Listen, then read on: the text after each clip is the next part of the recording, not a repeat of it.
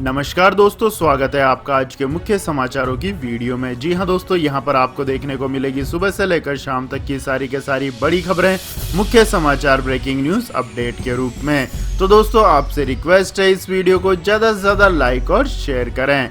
तो दोस्तों, जान लेते हैं आज की पहली बड़ी खबर। 15 अगस्त कार्यक्रम में विशेष अतिथि होंगे ओलंपिक खिलाड़ी, प्रधानमंत्री नरेंद्र मोदी करेंगे आमंत्रित। जी हां दोस्तों, टोक्यो ओलंपिक में भारत के खिलाड़ी अपना दम दिखा रहे हैं। इधर प्रधानमंत्री नरेंद्र मोदी ने उनके लिए खास सरप्राइज प्लान कर लिया है। जानकारी के मुताबिक 15 अगस्त को प्रधानमंत्री नरेंद्र मोदी पूरे भारतीय ओलंपिक दल को विशेष अतिथि के रूप में लाल किले पर आमंत्रित करेंगे।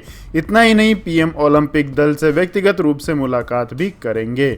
आपको बता दें कि प्रधानमंत्री नरेंद्र मोदी ने टोक्यो ओलंपिक जाने वाले खिलाड़ियों से 13 जुलाई को बात कर उनका हौसला बढ़ाया था। आपको बता दें दोस्तों, मंगलवार को भारतीय पुरुष हॉकी टीम को टोक्यो ओलंपिक के सेमीफाइनल में वर्ल्ड चैंपियन बेल्जियम से सेमीफाइनल में हार का सामना करना पड़ा। इसके बाद प्रधानमंत्री नरेंद्र मोदी ने टीम की हौसला अफजाई की और उन्होंने कहा कि हार जीत जिंदगी का हिस्सा है और भारत अपने खिलाड़ियों पर गर्व करता है। इसके बाद दोस्तों, जान लेते हैं अगली बड़ी खबर। मध्य प्रदेश के 7 जिलों के 200 गांव बाढ़ से घिरे, सेना मोर्चे पर अभी भी खतरे में 2000 जिंदगियां। जी हां दोस्तों, भारी बारिश और बाढ़ से मध्य प्रदेश के शिवपुरी, श्योपुर, दतिया, ग्वालियर, भिंड, गुना और रीवा में लगभग 1171 गांव प्रभावित हुए हैं। कुल 200 गांव घिरे हुए हैं। बचाव दल मंगलवार रात तक लगभग 1600 लोगों को सुरक्षित स्थान पर पहुंचा चुका है। सेना बुला ली गई है। मुख्यमंत्री ने प्रधानमंत्री नरेंद्र मोदी और रक्षा मंत्री राजनाथ सिंह को भी हालात की जानकारी दे दी है। भिंड, मुरैना जिले में चंबल नदी का जल स्तर बढ़ने से कई गांव डूब गए हैं।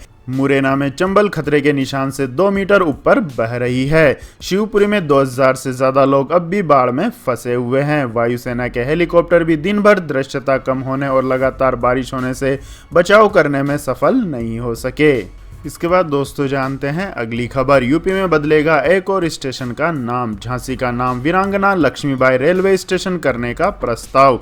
जी हां दोस्तों, उत्तर प्रदेश सरकार ने झांसी स्टेशन का नाम बदलकर वीरांगना लक्ष्मीबाई रेलवे स्टेशन करने का प्रस्ताव केंद्र सरकार को दिया है। केंद्रीय गृह राज्य मंत्री नित्यानंद राय ने मंगलवार को लोकसभा में बताया कि उत्तर प्रदेश सरकार के प्रस्ताव पर प्रतिक्रिया के तहत संबंधित एजेंसियों से प्रतिक्रिया और टिप्पणियां मांगी गई है। एक सवाल के लिखित जवाब में मंत्री ने कहा कि सभी संबंधित एजेंसियों से प्रतिक्रियाएं और टिप्पणियां आने के बाद आगे की कार्यवाही की जाएगी। केंद्रीय गृह मंत्रालय किसी भी रेलवे स्टेशन या स्थान के नाम को बदलने के प्रस्ताव को रेल मंत्रालय, डाक विभाग व भारतीय सर्वेक्षण विभाग से अनापत्ति मिलने के बाद हरी झंडी देता है। इन विभागों को यह बताना होगा कि प्रस्तावित नाम से कोई शहर या गांव पहले से उनके रिकॉर्ड में नहीं है। अगर किसी राज्य का नाम बदलना होता है तो उसके लिए संसद में साधारण बहुमत के साथ संविधान में संशोधन करना पड़ता है। आपको बता दें दोस्तों, यूपी में इससे पहले मुगलसराय रेलवे स्टेशन का नाम बदलकर पंडित दीनदयाल उपाध्याय स्टेशन किया गया था। इलाहाबाद शहर का नाम प्रयागराज किया गया है, जबकि फैजाबाद का नाम बदलकर अयोध्या किया गया है। अब झांसी रेलवे स्टेशन का नाम 1857 की क्रांति का चेहरा रही रानी लक्ष्मीबाई के नाम पर करने की तैयारी है। आपको बता दें कि रानी लक्ष्मीबाई को झांसी की रानी भी कहा जाता है। ऐसे में उनके नाम से रेलवे स्टेशन का नाम होना एक बड़े प्रतीक के तौर पर देखा जा रहा है।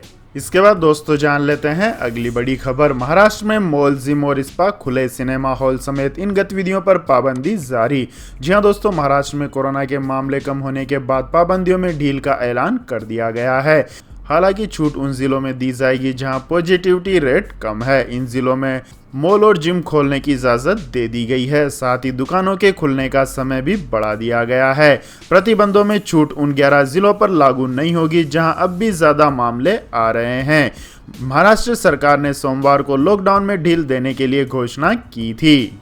इसके बाद दोस्तों, जान लेते हैं अगली बड़ी खबर। मध्य प्रदेश में जहरीली शराब से हुई मौत तो आरोपियों को होगी फांसी की सजा, सरकार ने लिया बड़ा फैसला। जी हां दोस्तों, मध्य प्रदेश में जहरीली शराब बेचकर लोगों को मौत के घाट उतारने वाले अपराधियों को अब बदले में मौत मिलेगी। प्रदेश सरकार जहरीली शराब बेचने वालों के लिए आजीवन कारावास और मृत्युदंड की सजा का प्रावधान करने जा रही है। मुख्यमंत्री शिवराज सिंह चौहान के नेतृत्व में कैबिनेट ने यह बड़ा फैसला लिया है। कैबिनेट कैबिनेट की ओर से पारित प्रस्ताव के मुताबिक अगर अवैध शराब से किसी की जान जाती है तो आरोपी को आजीवन कारावास या मृत्युदंड की सजा मिलेगी। फिलहाल राज्य में इस तरह के अपराध के लिए अधिकतम 10 साल की सजा का प्रावधान है। सीएम शिवराज सिंह चौहान जल्द ही असेंबली में जहरीली शराब पर रोकथाम से जुड़ा बिल पेश करने जा रहे हैं। इस बिल में जुर्माने की रकम को 10 लाख रुपए से बढ़ाकर 20 लाख रुपए तक कर दिया जाएगा। साथ ही कई दूसरे कड़े प्रावधान भी बिल में शामिल किए जाएंगे। यह बिल पास होने के बाद शराब तस्करों के खिलाफ इस तरह का बेहद सख्त कानून बनाने वाला यह देश का पहला राज्य होगा। इसके बाद दोस्तों जान लेते हैं अगली खबर। सख्त हुआ सऊदी अरब, कोरोना नियम तोड़ने वालों की अब खैर नहीं, भरना होगा 1 करोड़ रुपए का जुर्माना। जी हां दोस्तों, कोरोना वायरस के फिर से बढ़ते खौफ के बीच सऊदी अरब नियमों के उल्लंघन को लेकर बेहद सख्त हो गया है। सरकार ने स्पष्ट चेतावनी दी है कि यदि यात्रा प्रतिबंधों का उल्लंघन करने वालों पर भारी भरकम जुर्माना लगाया जाएगा। इससे पहले सरकार ने नियमों का पालन नहीं करने वालों पर 3 साल का ट्रैवल बैन लगाने का ऐलान किया था। दरअसल सऊदी अरब दूसरे देशों में बढ़ रहे मामलों को लेकर चिंतित है। उसे लगता है कि विदेश आने जाने वाले लोग कोरोना फैला सकते हैं। अरब न्यूज की रिपोर्ट के अनुसार सऊदी लोक अभियोजन कार्यालय ने चेतावनी दी है। वह यात्रा प्रतिबंधों का उल्लंघन करने वाले यात्रियों पर जुर्माना लगाएगा। जुर्माने की रकम इतनी ज्यादा रखी गई है कि सुनकर ही किसी को चक्कर आ जाए। सरकारी आदेश में कहा गया है कि दोबारा कोरोना महामारी की चपेट में आने वाले देश की यात्रा करने पर $1,33,323 यानी करीब 1 करोड़ रुपए का जुर्माना भरना होगा। इसके बाद दोस्तों जानते हैं अगली बड़ी खबर। प्रधानमंत्री श्रम योगी मानधन योजना, अब मजदूरों को भी मिलेगी पेंशन। इस सरकारी स्कीम में 2,000 रुपए जमा कर पाए 36,000 रुपए सालाना। जी हां दोस्तों, प्रधानमंत्री श्रम योगी मानधन योजना असंगठित क्षेत्र के मजदूरों के लिए बेहतर योजना है। इसके तहत रेहड़ी पटरी लगाने वालों, रिक्शा चालक, निर्माण कार्य करने वाले मजदूर और इसी तरह के अनेक अन्य कार्यों में लगे असंगठित क्षेत्र से जुड़े लोगों को अपना बुढ़ापा सुरक्षित करने में मदद मिलेगी।